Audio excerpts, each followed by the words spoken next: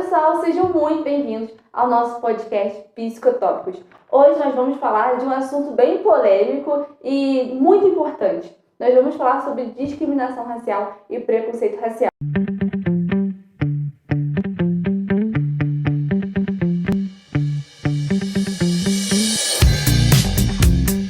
O Conselho Federal de Psicologia criou uma resolução específica para tratar o preconceito e a discriminação racial.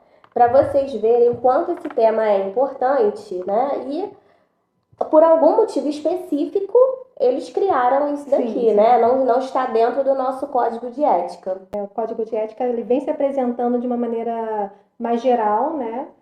Falando sobre os princípios da profissão e de todos esses direitos que o profissional psicólogo tem que estar ali à frente, e vem trazendo essas resoluções para tornar o tema mais aprofundado, né? E aí veio a Resolução 18/2002, tratar com mais especificidade sobre o tema discriminação e preconceito racial. O que cá entre nós é algo que nem precisava de uma Exatamente, resolução, sim. né? Pra ser Exatamente. Assim, você ter que encarar, né? Ter que explicar ainda que o racismo é crime, né? É uma coisa, chega a ser meio absurda, né? Porque o racismo é o crime contra a humanidade. Sim. Encaro o racismo como um crime contra a humanidade. Porque você está desumanizando uma pessoa ou um grupo de pessoas por uma questão étnica, né? Isso é completamente inadmissível. Sim, chega a ser desumano, né? Como você bem falou, chega a ser desumano. Exatamente. E aí a gente vem, né, com essa temática dos direitos humanos, né? Que são os direitos fundamentais, direito à educação, direito à liberdade, direito a uma vida digna, né? E você vê que aqui no Brasil, nosso país, infelizmente, até hoje, nós temos situações de inacessibilidade da população negra a direitos fundamentais básicos como a saúde, né? Nós encontramos aí pesquisas falando que o acesso à alta complexidade da saúde da população negra é baixíssimo. Os transplantados hoje são homens, classe média, branca, sendo que os maiores doadores, né, o maior número de doadores são de homens jovens negros, que são os motoboys. E o racismo chega a ser algo estrutural, né? Chega a ser não, é algo estrutural, vem lá de muitos anos atrás, então Exatamente. é algo que para desconstruir também leva um tempo, mas estamos nessa guerra aí pra gente acabar com o racismo. Essa abordagem de ser estrutural é muito interessante, Ellen, que você falou, porque quando a gente analisa que nós temos uma população no Brasil, onde a maioria é negra, estão entre pretos e pardos, e você não tem no alto escalão do governo a maioria negra, né? Quando você não tem um histórico de um presidente no país que seja negro, isso tem uma... você vê que é uma coisa tão enraizada, né? Quando você não vê a maioria no Supremo de negros, aí você tem uma incompatibilidade, né? Sim. Isso é estrutural. Sim. Isso é estrutural. E a gente não pode deixar também, trazendo isso especificamente para a psicologia, de considerar os efeitos que essa falta de representatividade, que essa opressão toda, que essa falta de assistência toda que essas pessoas têm pelo sistema mesmo, pela forma que a nossa sociedade se organiza, de considerar os efeitos que isso tem sobre a psique das pessoas, dos efeitos psicológicos, emocionais que isso tem sobre as pessoas. A gente traz uma questão social e, como todas as questões sociais, as questões vão afetar os indivíduos especificamente, porque a sociedade é um conjunto de muitos indivíduos, de uma certa perspectiva para se falar sobre isso.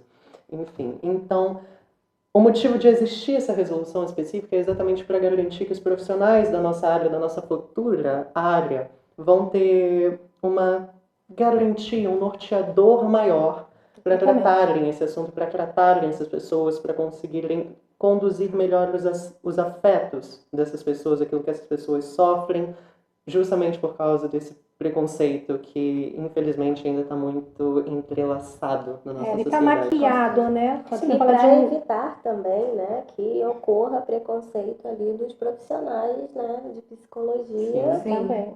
que são provavelmente um dos últimos profissionais que deveriam sequer sonhar em passar Sim. perto de reproduzir esse tipo de É coisa. verdade.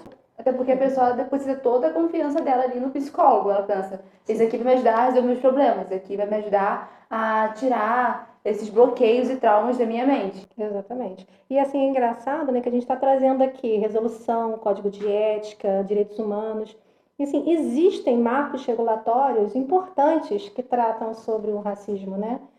Mas isso de nada adianta se a gente continuar tendo o pensamento do Brasil pós-colônia, né? Fica tudo muito teórico. E a prática, a gente tem que atuar realmente na prática, fazer a diferença, trazer toda essa regulamentação, né, essas leis se fazerem valer de verdade, né? E falando sobre esse assunto, me diz uma coisa. O que você acha, assim, ou qual posicionamento você acha que nós, futuros psicólogos, nós temos que ter sobre o tema antirracismo?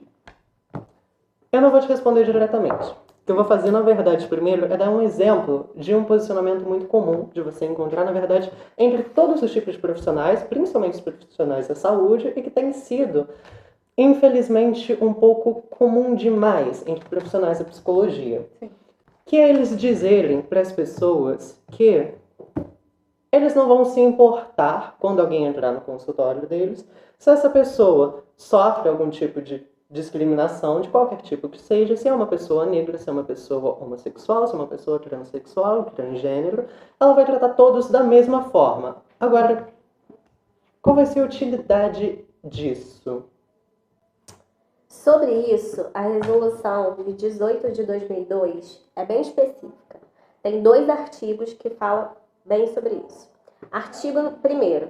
Os psicólogos atuarão segundo os princípios éticos da profissão, contribuindo com seu conhecimento para uma reflexão sobre o preconceito e para a eliminação do racismo.